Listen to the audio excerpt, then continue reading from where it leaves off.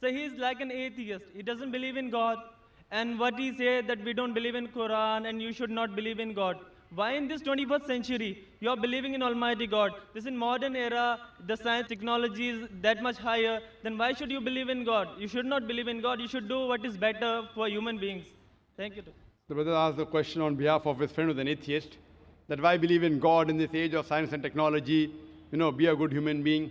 Brother, the first thing I'll do is I'll congratulate your friend. Why?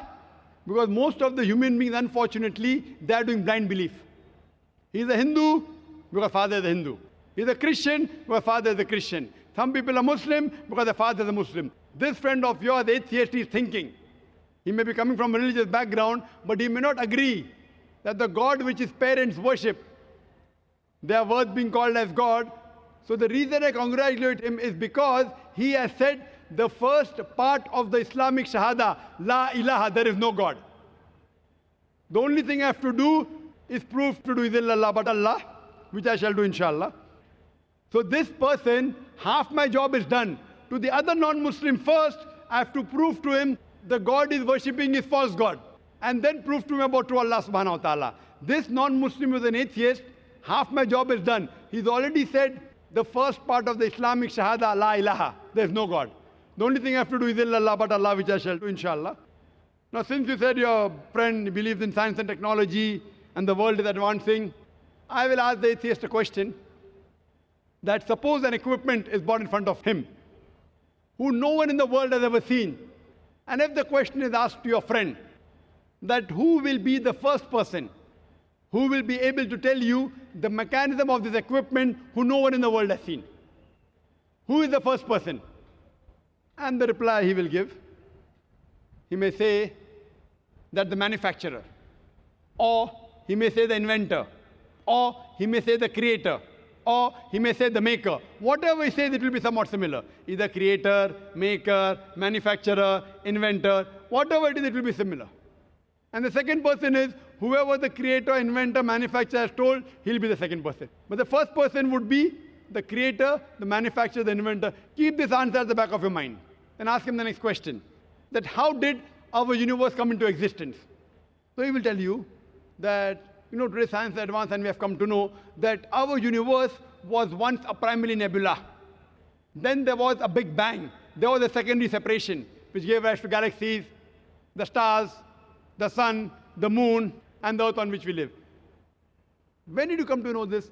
So he will tell you, it was in 1973, when a group of scientists, they described the Big Bang and the creation of the universe. So you tell him, what you came to know hardly about 35, 36 years back is already mentioned in the Quran 1400 years ago in Surah Anbiya, chapter number 21, verse number 30, where he says, Avalam yaral lazina kafuru. Do not the unbelievers see, anna samawati wal arda, kan zaratkan saknahuma, that the heaven and the earth were joined together and we clove them asunder.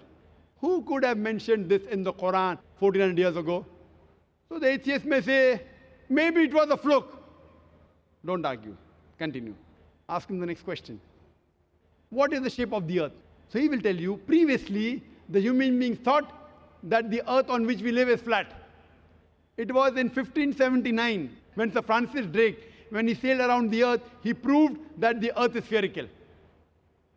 You came to know in 1579, hardly 400 years back. Quran mentions 1400 years ago. It's mentioned in the Quran in Surah Naziyat, chapter number 79, verse number 30. Wal arda ba'da zalika dahaha. And thereafter, we have made the earth egg-shaped. Dahaha, one of its meanings is an expanse, and the earth is an expanse. The other meaning is derived from the Arabic word duya, which means an egg. And it does not refer to a normal egg. And we know today that the world is not completely round like a ball. It is flattened from the pole. It is geospherical in shape. And the Arabic word dahaha doesn't refer to a normal egg. It specifically refers to the egg of an ostrich. And if you analyze the shape of an egg of an ostrich, that too is geospherical in shape. Imagine, the Quran speaks about the geospherical shape of the earth 1400 years ago. You ask a friend, who could have mentioned this in the Quran? He will say, oh, maybe your Prophet Muhammad, peace be upon him, he was an intelligent man. Don't argue, continue. You ask him, that the light of the moon, is it its own light or reflected light? So he will tell you that previously we human beings thought that the light of the moon is its own light. Recently in science, 100 years back, 200 years back, 300 years back, we came to know that the light of the moon is not its own light, it's a reflected light. What you came to know recently is mentioned in the Quran 1400 years ago in Surah Furqan, chapter number 25, verse number 61. The Quran says the light of the sun is its own light, and the light of the moon is described as munir or nur, meaning borrowed light or reflection of light. So who could have mentioned that the light of the moon is not its own light but reflected light 14 years ago? He may give a pause and say, okay, maybe your prophet was very, very intelligent. Don't argue. Continue. I learned in school that the sun, though it revolved in the solar system, in the galaxy, it did not rotate about its own axis. Is that what is mentioned in the Quran? No, that is what I learned in school. We were in 1982. 1982, 27 years back, I had learned that the sun was stationary. But Quran says in Surah Anbiya, chapter number 21, verse number 33, Huwa allazi khalaqal layla wan nahara. It is Allah who has created the night and the day. Wa shamsa wal qamar, the sun and the moon. Kullun fi falakin yasbahun. Each one traveling in orbit with its own motion. That is because yasbahun means it describes the motion of a moving body. So Quran says the sun and the moon, besides revolving, it even rotates about its own axis. And today science has come to know that the sun takes approximately 25 days to complete one rotation. Who could have mentioned this in the Quran 1400 years back, which we came to know recently, hardly 20 years back, 30 years back? He'll give a pause. Don't wait for the answer. You can continue. Quran speaks about that the sky, Almighty God, has made a protected ceiling. Without it, life cannot exist on the face of the earth. In Surah Anbiya, chapter number 21, verse number 32. Quran speaks about water cycle in several places in the Quran. In Surah Az-Zumur, chapter 39, verse number 21. In Surah Rum, chapter number 30, verse 24. In Surah Hijr, chapter 15, verse 22. In Surah Mu'minun, chapter 23, verse number 18. In Surah Nur, chapter number 24, verse number 40. In Surah Araf, chapter number 7, verse 57. Several places, the Quran speaks about the water cycle in great detail. Who could have mentioned this 14 years back? He'll give a pause. Don't argue. Keep on continuing. Quran speaks about biology, that we have created every living thing from water. Quran speaks about botany, that we have created every plant in pairs, 2 and 2, in sexes, male or female. In Surah Taha, chapter number 20, verse number 53. Quran speaks about that the animals have been created from water. Surah Nur, chapter 24, verse number 45. Quran speaks about that human beings have been created from water. Surah Furqan, chapter 25, verse number 54. The Quran speaks about genetics, that it is the male fluid which is responsible for determining the sex of the child. In Surah Najm, chapter number 53, verse number 45, 46. And Surah Qiyamah, chapter number 75, verse number 37 to 39.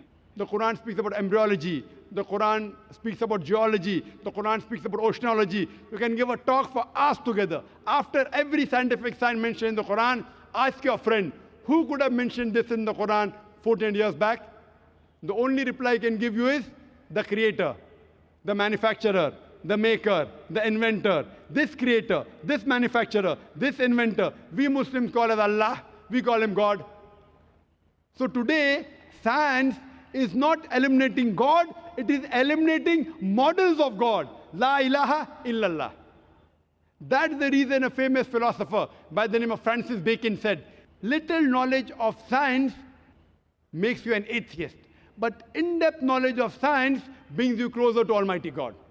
So you can ask your friend to see my video cassette, Is the Quran God's Word? And Quran Modern Science, in which there are various other proofs talking about the existence of Allah subhanahu wa ta'ala. Hope that answers the question.